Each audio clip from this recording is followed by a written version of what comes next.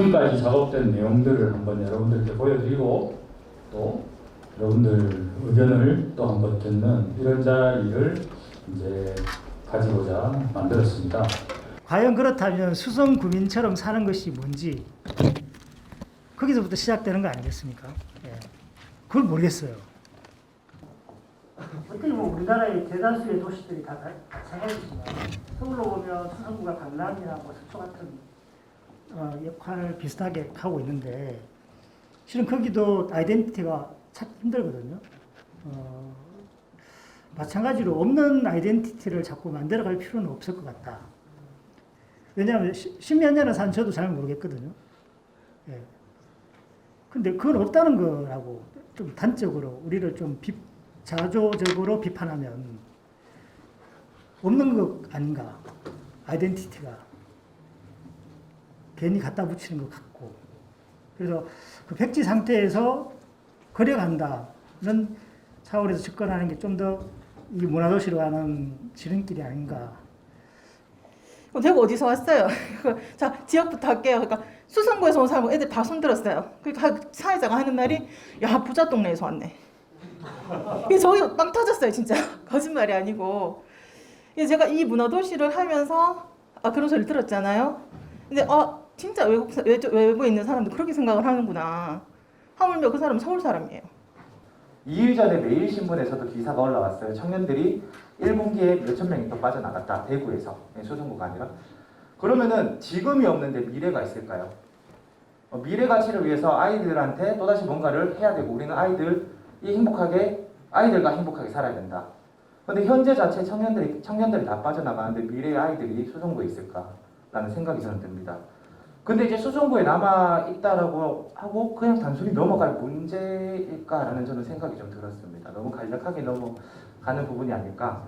많은 지금 남아있는 청년들이라도 유출되지 않도록 좀 많은 정책들이 생겨나는 것이 현재를 바로잡아야 미래가 있다라는 생각이 저는 좀 들었는 것 같습니다. 요즘 만인만상이어야 된다 생각하거든요. 만 명이 만 명의 얼굴이 있어야 되고 우리가 하는 활동들도 만 개의 모습으로 좀 비춰졌으면 좋겠다 생각이 들고요. 만 곳에서 만상이 펼쳐졌으면 좋겠다 싶거든요.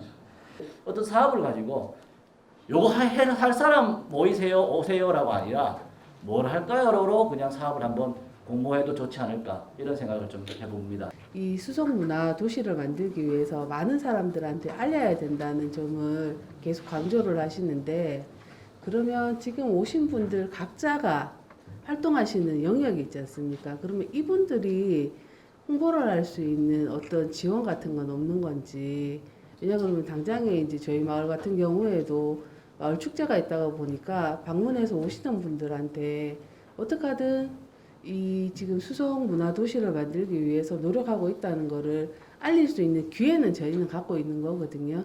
작년 센터장님이 진짜 발표도 잘하시고 해가지고 했는데 실제 평가단이 와서는 현장을 실사하면서 어떻게 운영되는가 이런 거를 하더라고요. 그래서 올해도 계획은 이렇게 해서 이제 조금만 보완하면 될 것 같은데 이것을 어떻게 실질적으로 행동을 해가지고 보여줄 수 있는 게 이게 굉장히 중요할 것으로 생각이 됩니다.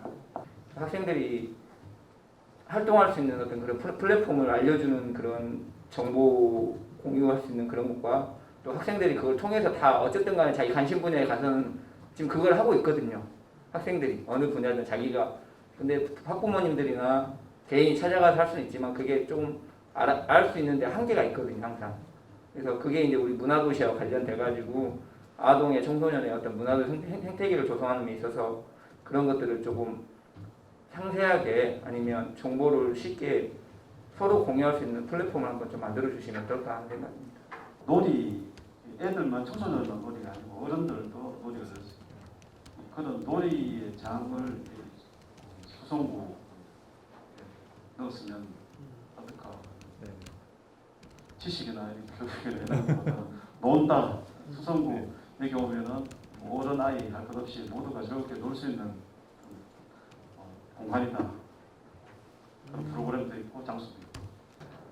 또 그 어린이들이나 젊은 층을 문화만 중요한 것이 아니고 또 중년층, 장년층들 문화도 상당히 사실은 중요합니다. 지금 수성구에서 아파트를 지으려고 이 단독주택 쪽에는 보면 고령화가 많이 돼가고 있어요. 그래서 그런 부분들도 우리 문화도시에서 한번 고려하고 생각을 해봐주시면 어떨까라고 생각해 봅니다. 어떻게 이제 일반인 이제 수성구 그냥 일반 주민들한테 어떻게 다가갈 건지. 왜냐면은 저희끼리 이렇게 이야기를 하고 있는데 뭐 말공동체, 공간단체 이렇게 다 뭐 이렇게 있으신데 사실은 저희가 이렇게 움직이는 걸 일반 시민분들이 알까요?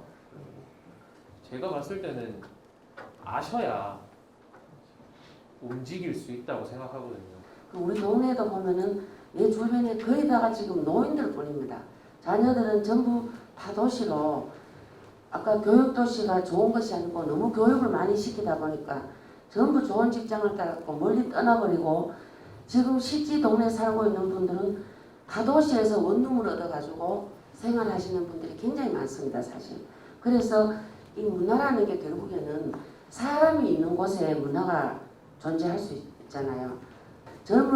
젊은이들을 붙들 수 있는 그런 취업이라든가 젊은이들이 스스로 찾아올 수 있는 그런 어떤 도시의 형태가 좀 되었으면 싶고요.